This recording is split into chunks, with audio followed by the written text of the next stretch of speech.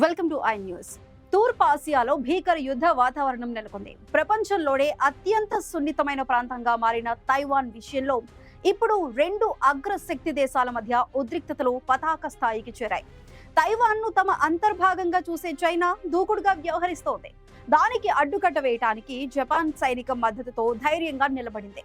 Japan ఈ చర్యను China తీవ్రంగా ఖండించింది. అంతకుముందు చైనా దౌత్యవేత్త జపాన్ ప్రధాని గొంతు కోస్తానంటూ చేసిన బెదిరింపులు, G7 దేశాల హెచ్చరికల నేపథ్యంలో చైనా ఇప్పుడు ఏకంగా జపాన్ కు వార్నింగ్ ఇచ్చింది. అసలు ఈ దశాబ్దాల వైరం మళ్ళీ ఎందుకు చిగురించింది?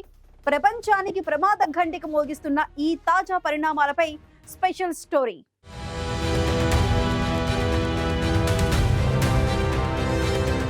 తైవాన్ ఇష్యూ ఇప్పుడు కేవలం చైనా తైవాన్ ఇష్యూ కాదు. ఇది చైనా వర్సెస్ జపాన్ ఫైట్ గా గ్లోబల్ వార్మింగ్ గా మారింది. తైవాన్ కు సైనిక సాయం స్టార్ట్ చేయాలని జపాన్ నిర్ణయించుకోవడం చైనాను బాగా ఇరిటేట్ చేసింది.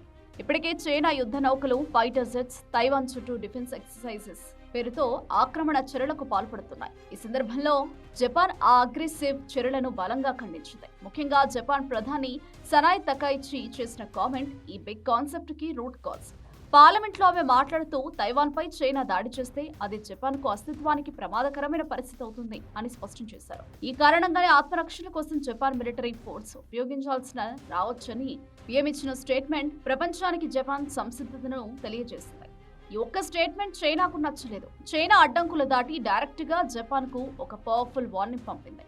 చైనా మెసేజ్ చాలా క్లియర్ గా ఉంది. అది కేవలం తైవాన్ గురించి మాత్రమే కాదు, హిస్టారికల్ యాంగిల్ కూడా టచ్ చేసింది. చైనా డిమాండ్ చేస్తుంది ఏంటంటే జపాన్ తన యుద్ధ నేరాల కోసం పూర్తిగా పశ్చాత్తాపపడాలి. అంతేకాదు తమ ఇంటర్నల్ మ్యాటర్స్ లో జోక్యం చేసుకునేలా ఉన్న తప్పుడు ప్రకటనలను వెంటనే ఆపాలి అని వార్నింగ్ చేసింది. దీనికి తోడు తైవాన్ విషయంలో నిప్పుతో ఆడడం ఆపండి అని తీవ్రంగా హెచ్చరించింది.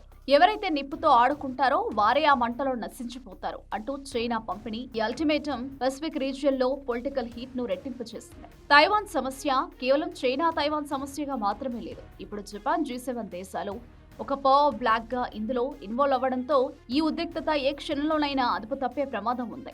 చైనా దూకుడు, జపాన్ ధీటుగా నిలబడ్డం, ఈ రెండు పవర్స్ మధ్య పసిఫిక్ ప్రాంతంలో ఏర్పడుతున్న ఈ వైరం ఎటు దారి తీస్తుందో వేచి చూడాలి.